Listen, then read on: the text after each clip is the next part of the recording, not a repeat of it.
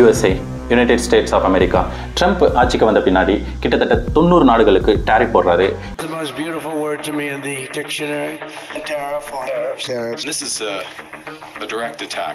இதில் முக்கியமான கண்ட்ரி எதுன்னு பார்த்தீங்கன்னா பிரேசில், சைனா, இந்தியா. இந்தியாவுக்கு மட்டும் கிட்டத்தட்ட 26% டேரிஃப் போடுறாரு. ஆனால் ஏன் யூஎஸ் இந்த நாடுகள் மேலெல்லாம் டேரிஃப் போடுறதுக்கான ஒரு முக்கியமான ரீசன் என்னென்னா, அமெரிக்கா எப்படி ஒரு மேனுஃபேக்சரிங் ஹப்பாக இருந்து கன்சியூமர் ஹப்பாக மாறுச்சுன்னு நம்ம முதல்ல தெரிஞ்சுக்கணும். அண்ட் இதுக்கான ரீசன் ரஸ்ட் பெல்ட்.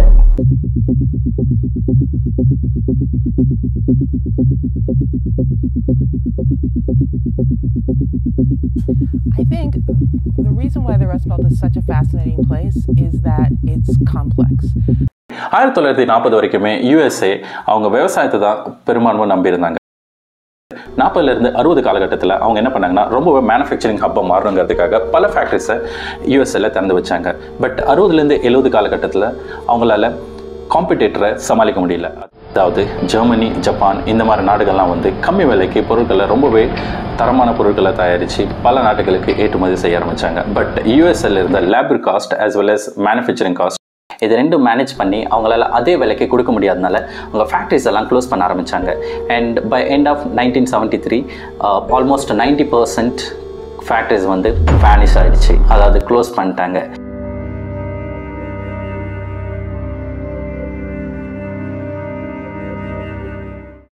இந்த டேரிஃப்ன்ற விஷயம் எதுக்கு வந்துச்சு நம்ம தெரிஞ்சுக்கணும். அதாவது இது ஒரு ட்ரேட் வார். பேசிக்காக என்ன ஆகுனா, நம்ம ஒரு கண்ட்ரிலேருந்து பொருள் வாங்குகிறோம், இல்லை நம்மளோட பொருளை அந்த கண்ட்ரிக்கு விற்கிறன்ற பொருள் ரெண்டு பேரோட வேல்யூவும் ஈக்குவலாக இருந்துச்சுன்னா எந்த பிரச்சனையும் கிடையாது. இப்போ நான் ஒரு 10 ரூபாய்க்கு நான் உனக்கு பொருள் விற்கிறேன்னா, உங்ககிட்ட இருந்து ஒரு 10 ரூபாய் பொருள் நான் வாங்குறேன்னா அது ஆல்மோஸ்ட் ஒரு ஈக்குவல் டிஸ்ட்ரிபியூஷன் ஆயிரும். பட் இங்கே என்ன நடக்குதுன்னா இது அப்படியே வேற மாதிரி இருக்குது. சொல்ல போனோன்னா 2024 இந்தியா அமெரிக்காவுக்கு எக்ஸ்போர்ட் பண்ண பொருட்களோட வேல்யூ என்னன்னு பார்த்தீங்கன்னா $87 பில்லியன். பட் யூஎஸ்ஏ அவங்களோட பொருளை இந்தியாவுக்கு எக்ஸ்போர்ட் பண்ண வேல்யூ என்னன்னு பார்த்தீங்கன்னா $42 பில்லியன். கிட்டத்தட்ட $45 பில்லியன் அவங்களுக்கு டெபிசிட். அவங்க சேல் பண்ண பொருட்களோட வேல்யூவோட அவங்க வாங்கினோட பொருட்கள் வேல்யூ ரொம்பவே அதிகமாகிடுச்சு. ஸோ 45 பில்லியன் டெபிசிட் வர்றதுனால இவங்க என்ன பண்ணாங்கன்னா இங்கே டேக்ஸ் போட்டு மீதி இருக்கிற அமௌண்ட்டை நம்ம கலெக்ட் பண்ணிக்கலான்ற ஒரு பிளான் போட்டாங்க. அண்ட் அதுதான் ட்ரேட் வார் அண்ட் அதுதான் டேரிஃப். நம்ம ஆல்ரெடி ட்ரேட் டெபிசிட் பற்றி பார்த்தோம். யூஎஸ் இந்தியாவுக்கு மட்டும் இந்த அளவுக்கு டேரிஃப் போடுறதுக்கான காரணம் என்னன்னு பார்த்தீங்கன்னா அந்த ட்ரேட் டெபிசிட் மட்டும் கிடையாது. அதை விட முக்கியமான பல ரீசன்கள் இருக்குது. அதில் முக்கியமான விஷயத்த இன்றைக்கி என்னென்னு பார்க்கலாம். அதில் மொதல் விஷயம் என்னென்னு பார்த்தீங்கன்னா இந்தியாவோட ஃப்ரெண்ட்ஷிப். இந்தியாவும் ரஷ்யாவும் எந்த அளவுக்கு ஃப்ரெண்ட்ஸுன்னு மொத்த உலகத்துக்குமே தெரியும். பட் அது யூஎஸ்க்கு பிடிக்காது. ஏன்னா யூஎஸ்க்கும் ரஷ்யாவுக்கும் பல டெக்கேட்ஸாக கிட்டத்தட்ட அவங்க சோவியத் யூனியன் நான் இருந்த டைமில் இருந்து யூஎஸ்ஏக்கும் ரஷ்யாவுக்கும் ஆகவே ஆகாது. ஸோ அது ஒரு செகண்ட் ரீசன் என்ன பார்த்தீங்கன்னா GDP growth. Yes, GDP growth 2014 இந்தியாவோட ஜிடிபி பார்த்தீங்கன்னா 98 லட்சம் கோடியாக இருந்தது. அதுவே 2025 173 லட்சம் கோடியாக மாறி இருக்கு.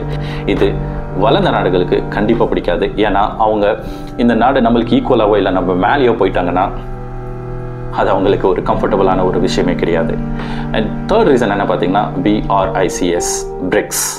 S, Brazil, Russia, India, China, South Africa இந்த 5 நாடும் சேர்ந்து உருவாக்கின ஒரு கூட்டமைப்பு தான் பிரிக்ஸ்.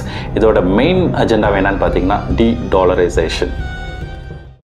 யூஎஸோட ஒரு மிகப்பெரிய சொத்து என்னன்னு பார்த்தீங்கன்னா அவங்களோட கரன்சி தான் டாலர். 1940 அவங்க எங்கள் கரன்சியை வச்சு ட்ரேட் பண்ணுங்கன்னு சொல்லி ஸ்டார்ட் பண்ணது கிட்டத்தட்ட 80 வருஷமாவது. 2025 ஆன பின்னாடியும் அவங்களோட டாலர் வேல்யூ குறைவே இல்லை. இன்கேஸ் யூஎஸோட டாலர் வேல்யூ குறைய ஆரம்பிச்சிருச்சுன்னா அவங்கள சுற்றி இருக்கிற யூரோப் கண்ட்ரிஸை அவங்க மதிக்க மாட்டாங்க. ஸோ இது ஒரு மெயின் காரணம். அண்ட் டாலர் வேல்யூ கம்மியாகிடுச்சுன்னா அவங்களோட நிலைமை எந்த அளவுக்கு போகுன்னு யூஎஸ்ஏ கிளியராக தெரியும். ஸோ அதனால தான் இதை வளர விடக்கூடாதுங்கிறதுக்காக பிரிக்ஸில் இருக்கிற கண்ட்ரிஸ் மேலே அவங்க அளவுக்கு அதிகமான டேரிஃப் போட்டுருக்காங்க, இன்க்ளூடிங் சைனா, இந்தியா, பிரேசில். அடுத்து இந்த யூஎஸ் டேரிஃபால் நம்ம இந்தியாவுக்கு எந்த அளவுக்கு பாதிப்பு இருக்குன்னு பார்க்கணுன்னா கிட்டத்தட்ட 44 பில்லியன் 6 இண்டஸ்ட்ரி சேர்த்து மட்டும் நம்ம 44 பில்லியன் வேல்யூக்கான பொருட்கள் இந்தியாவிலே முடங்க போகுது. சொல்கிறதுக்கே இல்லை, கேட்குறதுக்கே பயமாக இருக்கா? அதுதாங்க உண்மை. இதில் மொதல் விஷயம் பார்த்தீங்கன்னா எலக்ட்ரானிக் அண்ட் எலக்ட்ரிக்கல்ஸ், அதாவது phone wire, telegraphy and capacitor, resistors and semiconductor parts இதெல்லாமே இந்தியாவிலேருந்து அமெரிக்காவுக்கு எக்ஸ்போர்ட் பண்ண போகிறது. அது வந்து கிட்டத்தட்ட 12.3 பில்லியன் வேல்யூ 2024 மட்டும் எக்ஸ்போர்ட் பண்ணியிருக்காங்க. அது தொடர்ந்து பார்த்தீங்கன்னா பவளப்பாறைகள், அப்புறம் வித்தியாசமான கற்கள் இதெல்லாம் இந்தியாவிலேருந்து எக்ஸ்போர்ட் பண்ணுறாங்க. அது கிட்டத்தட்ட ஒரு 9 பில்லியன் இருக்குது. அண்ட் அதை தொடர்ந்து நீங்கள் பார்த்தீங்கன்னா ஃபார்மசூட்டிக்கல் இண்டஸ்ட்ரி, இங்கேருந்து போகிற மருந்து. இப்போ சென்னையில் இருக்கிற ஒரு கம்பெனி அவங்க எக்ஸ்போர்ட் பண்ணிட்டு இருந்த ஒரு பொருளை திடீர்னு யூஎஸ் வாங்க மாட்டேன், கொஞ்ச நாள் ஹோல்ட் பண்ணுங்கன்னு சொன்னால் எப்படி இருக்கும்? அது மட்டும் இல்லாமல் திருப்பூரில் நடக்கிற ஒரு டெக்ஸ்டைல் கம்பெனியோட ப்ராடக்ட்ஸ் அது வெளியே போகிறதுக்கு ரெடியாக இருக்கிற டைமில் இப்போதைக்கு நாங்கள் வாங்க மாட்டோம், இந்த டேரிஃபை கொடுத்து எங்களால் பொருட்களை வாங்க முடியாது, கொஞ்ச நாள் கழிச்சு நாங்கள் வாங்கிக்கிறேன்னு சொன்னால் என்ன ஆகும்? இதனால் என்ன ஆகும்னு பார்த்தீங்கன்னா, ஆல்ரெடி ரெடியாக இருந்த பொருளெல்லாம் வெளியே போகாமலும் திருப்பியும் அந்த மேனுஃபேக்சரிங் யூனிட் ரன் ஆக முடியாமலும் ஸ்டாப் ஆயிரும். இதனால் அங்கே இருக்கிறவங்களுக்கு கண்டிப்பாக வேலை போயிடும். அது ரொம்பவே அபாயகரமான ஒரு விஷயம். How India tackles a US tariff. US நம்ம மேலே 50% டேரிஃப் போட்ட பின்னாடி இப்போ அவங்களோட பிஸ்னஸ் பண்ணுறது ரொம்பவே கஷ்டமாக இருக்குது. இதனால் இந்தியா ஆல்டர்னேட்டிவ் ஆப்ஷன் பார்க்கறதுக்கு ட்ரை பண்ணியிருக்காங்க. அண்ட் இதில் மொதல் விஷயமா பிரேசில் தானாகவே முன் வந்து எங்கள் கூட ட்ரேட் பண்ணுங்கன்னு சொல்லியிருக்காங்க. ஏன்னா யூஎஸ், இந்தியா, சைனாவை தவிர அதிகமான டேக்ஸ் போட்டது பிரேசிலுக்கும் கூட. ஏன்னா பிரேசிலும் one of the major country imports goods into US. So அதனால் அதுக்கப்புறமா இப்போது பிரதமர் மோடி ஆகஸ்ட் 29 ஜப்பானுக்கு விசிட் பண்ண போகிறாரு. விசிட் பண்ணிட்டு இந்த விஷயங்களை பற்றி பேச போகிறாரு. அதாவது இந்தியாவுக்கும் ஜப்பானுக்கும் இருக்கிற ட்ரேட் வேல்யூவை இன்க்ரீஸ் பண்ணுறதுக்கான ஒரு பேச்சுவார்த்தை போக போகுது.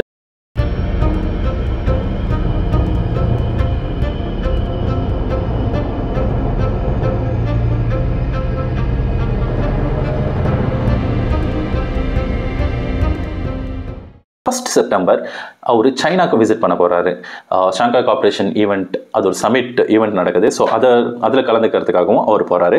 அண்ட் 2015 அப்புறம் 2025 கிட்டத்தட்ட 10 வருஷத்துக்கு அப்புறமா இதுதான் முதல் தடவை இந்தியாவிலேருந்து ஒரு பிரதமர் சைனாக்கு விசிட் பண்ணுறது.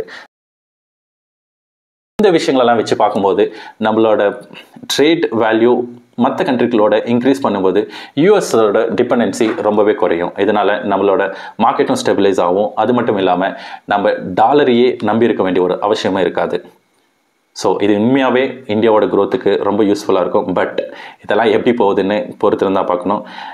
2 கண்ட்ரி, இன்ஃபேக்ட் நானே நம்ப மாட்டேன். ஒன்று யூஎஸை பொறுத்த வரைக்கும் there are no friends, it's only the interest.